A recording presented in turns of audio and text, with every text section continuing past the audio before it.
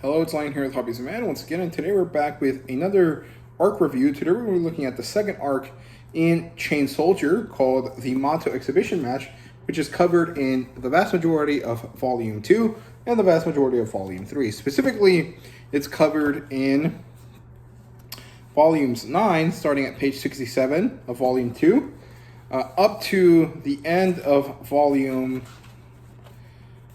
or actually up until the end of chapter 21, which should be page 154 of volume 3. Now, this story is written by Takahiro, with the art provided by Yohei Takemura, who does a really good job with the artwork here. Here's some color pages that are included in the volume, which honestly, thank God, because the $13 price tag on these is kind of not great. Honestly, I don't buy many yen press manga for the reason that their price is kind of a lot for what it is. But I do end up buying a lot of their their light novels and some of their manhwa stuff. So it is what it is. But yeah, so chapters 9 through 21, the Mato exhibition games. And yeah, so this is published by Yen Press, like I said, right there. And I actually really like these covers a lot. They look really, really nice. The demographic is shonen. This is actually a Shonen Jump Plus title, but because Viz is kind of not really into, more of these ecchi type things, they really don't bother, releasing them. So they allow other companies, specifically Seven Seas and Yen Press, as far as I'm aware, to, get them. It's a shonen, and the genres here are action and dark fantasy, and honestly, ecchi should be a genre as well, because this is very much an ecchi thing. The demographic, though, because I forgot to mention it, is actually mature here in the US for very good reason. There's a lot of very horny elements that happen here, very often. So if you're not over 18, make sure to not buy this without permission, right? So yeah. The adaptation for this hasn't come out yet, but it is coming sometime this year, which is great. And right off the bat, I will tell you that this arc is a 5 out of 5 for me in terms of enjoyment. It was super good. You can argue that the writing is really not that good. And I guess it's true, but it still leads itself to a very enjoyable experience for a variety of reasons, mostly because I really find the way that the story unfolds to be really good. And of course, all of the ecchi hijinks are pretty fun as well. So yeah, premise-wise, basically, at the end of the first arc, the first 8 chapters of the story, the characters learn that there's these new shuki, these new monsters in Mato, that are taking on humanoid appearances, that are evolving beyond, the mindless beast that they think they are. And so, the report has been sent to the squad headquarters, and it has been decided that every squad now has to work together in order to try to shore up their defenses a little bit, because they're dealing with unknown enemies now, right? So that happens, and so 6 squad shows up to try to interact with 7 squad, the main characters that we know. And, well, it turns out that 2 of the characters, one of them from Squad 6 and one of them from Squad 7, are actually siblings, and that they also have a very strong sibling rivalry going on. And so Kyoka and the leader of Squad 6 decide to turn this into a team building exercise, but also as a way to test each other in some friendly competition. So what they do is, a tournament, and eventually they also end up having to deal with a shuki attack, right? So yeah, it is what it is. It's pretty good. Okay, so let's look at the plot line here. The arc starts with some naughty hijinks between Himari and Yuki, if I remember correctly.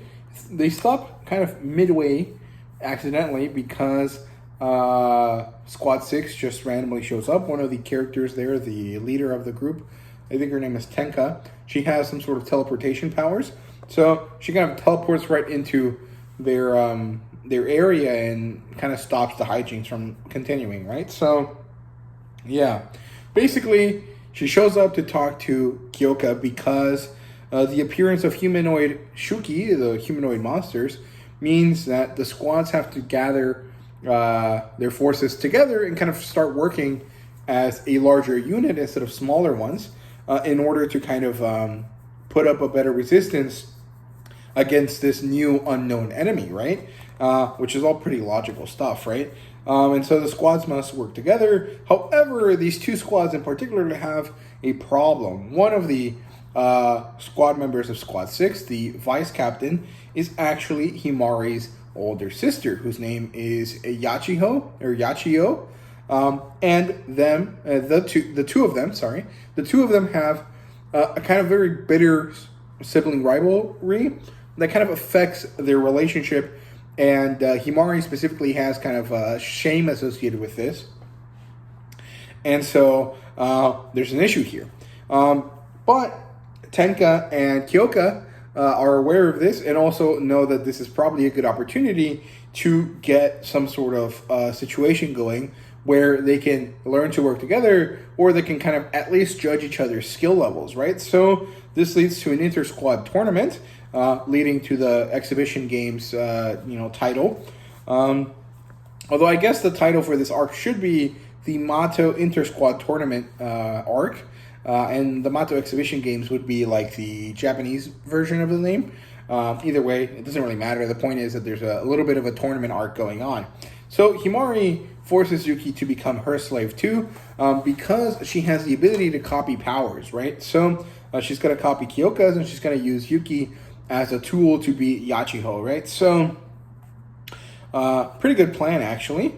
And so we kind of get a development of their relationship together, which of course had to happen because that's kind of the point of this story. It's pretty interesting how that kind of works, right? So yeah, so she's explaining this to Yuki as they're traveling somewhere, and then Shuki attack, and so she has to use her ability that she just finished explaining to Yuki with him, and this actually gives them a different form from what it usually has with Kyoka. This one actually gives him more speed over attack power, and that means that he has this new ability that he can use with Himari to kind of develop a way to beat her sister. So they actually do a little bit of a training sequence here where they figure out a way to use his new speed ability to create an attack that will probably be able to beat Yachio.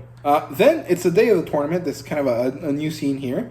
And there's some bath time hijinks again, but this time it's between the girls and this new character that shows up called Sahara, who happens to be a member of Squad 6. This tournament is going to be a one-on-one match for 3 different groups. So it's going to be Yachio versus Himari, then Shushu versus Sahara, and then the last one would be the 2 captains going against each other. However, they only get to have 2 of the matches before they have to stop the tournament due to a Shuki attack, right? So we start the first battle. And actually, before we start, we actually get introduced to a Squad 10 member who sent over this girl. Her name is Gina, there we go, Gina, who happens to be a very big fan of Kyoka and actually of fighters in different squads.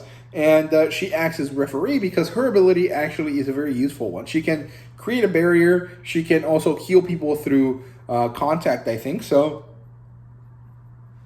she's very good for matches and for training sequences. So overall, very interesting stuff there. So the first battle starts, Himari and Yuki versus Yachio. And so basically, Yuki and Himari know Yachio's, power, which is Asuma Time, I think I remember. And it has 2 different styles. One of them is Golden Hour, which allows her to stop time for 5 seconds. And she can rewind time, I think. And then another one, which is called Prime Time.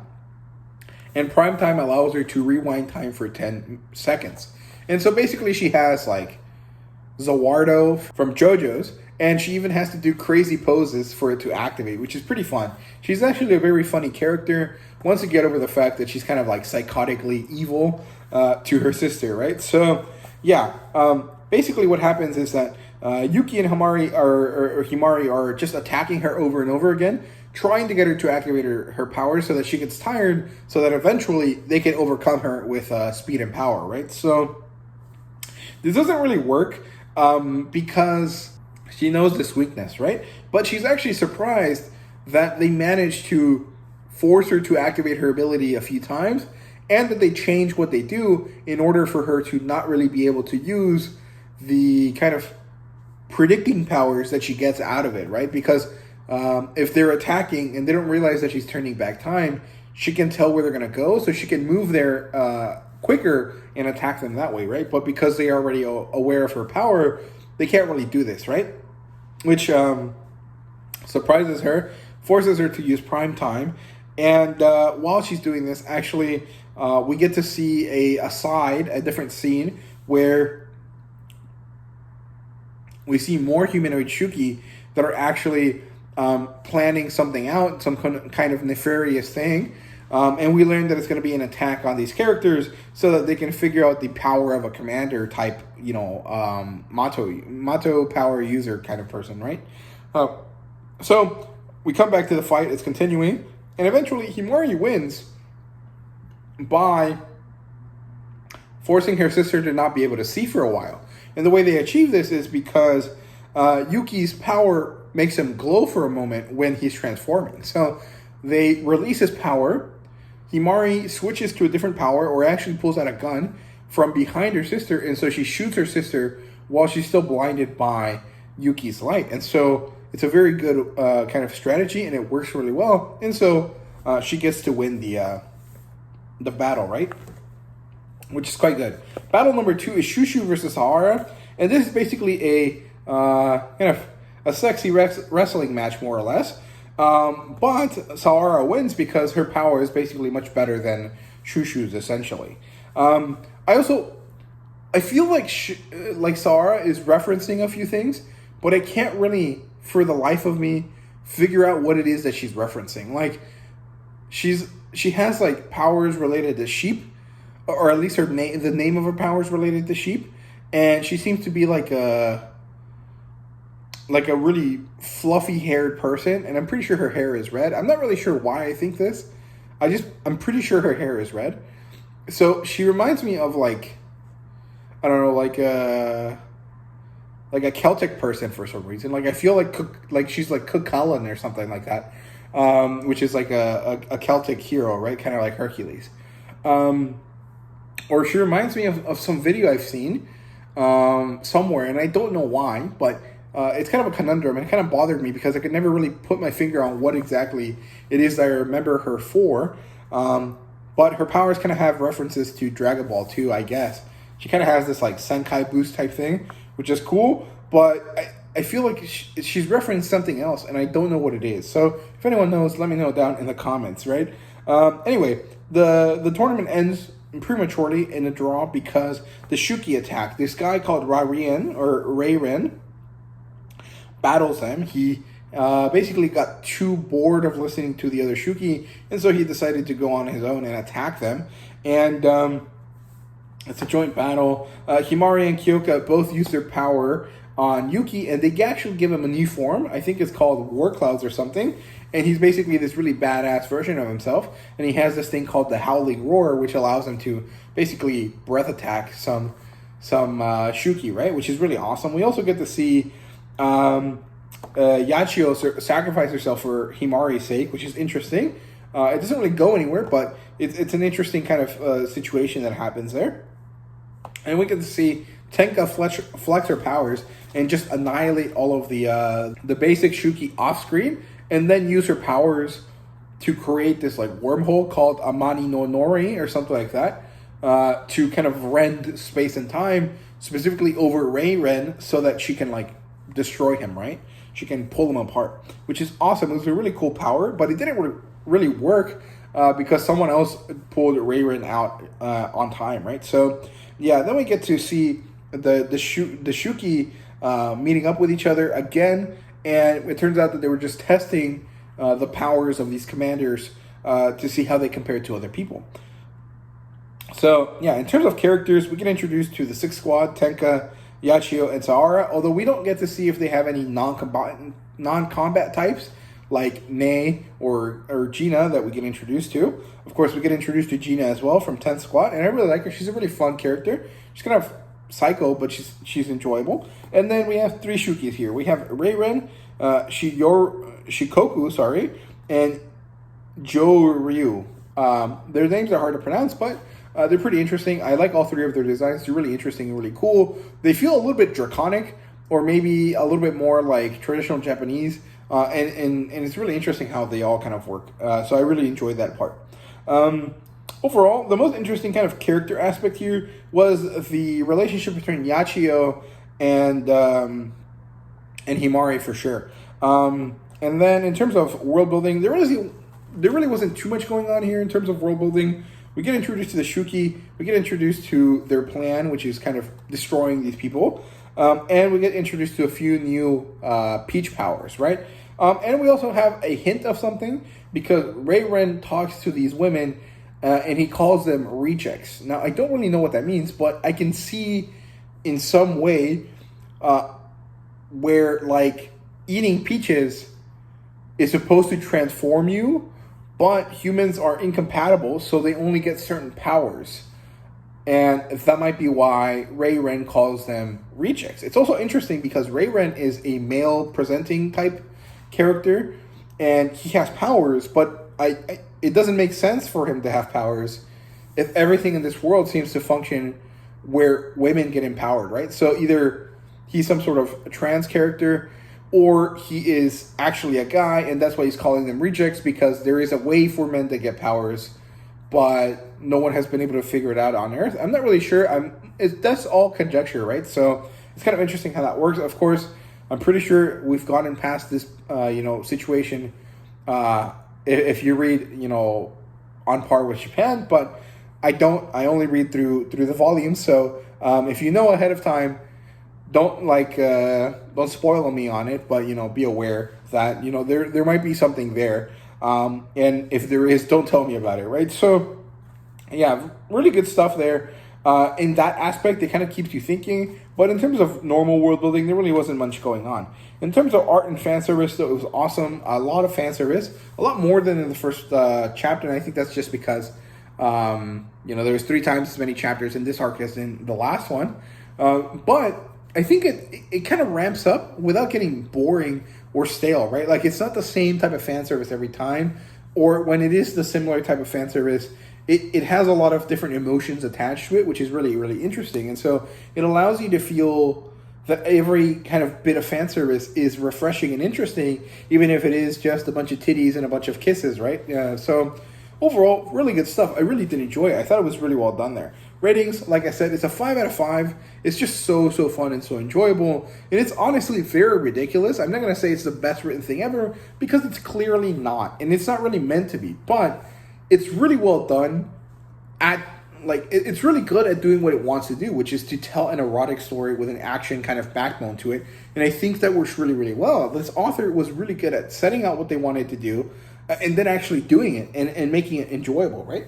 Also, I just really love all of the author notes that we get for each chapter that is provided here, because they end up being very useful to kind of understand what the point of a chapter was and what the author's trying to get across and stuff like that. And I find it to be really refreshing and really enjoyable to actually know this stuff instead of just having to kind of figure it out on your own, and usually figure out incorrectly, right? Because we're thinking in a certain way that might be not very similar to how the Japanese author might be thinking, right? So overall, really good stuff. I hope you guys enjoyed this video. If you did, please leave a like, subscribe, and comment down below. Let me know what you thought. Let me know what you thought about this arc if you've already read it. And if you haven't, I'm sorry that you watched this, because this is full of spoilers and you should not have done it. But either way, let me know what you guys thought down below. And thank you guys very much for watching. See you guys later.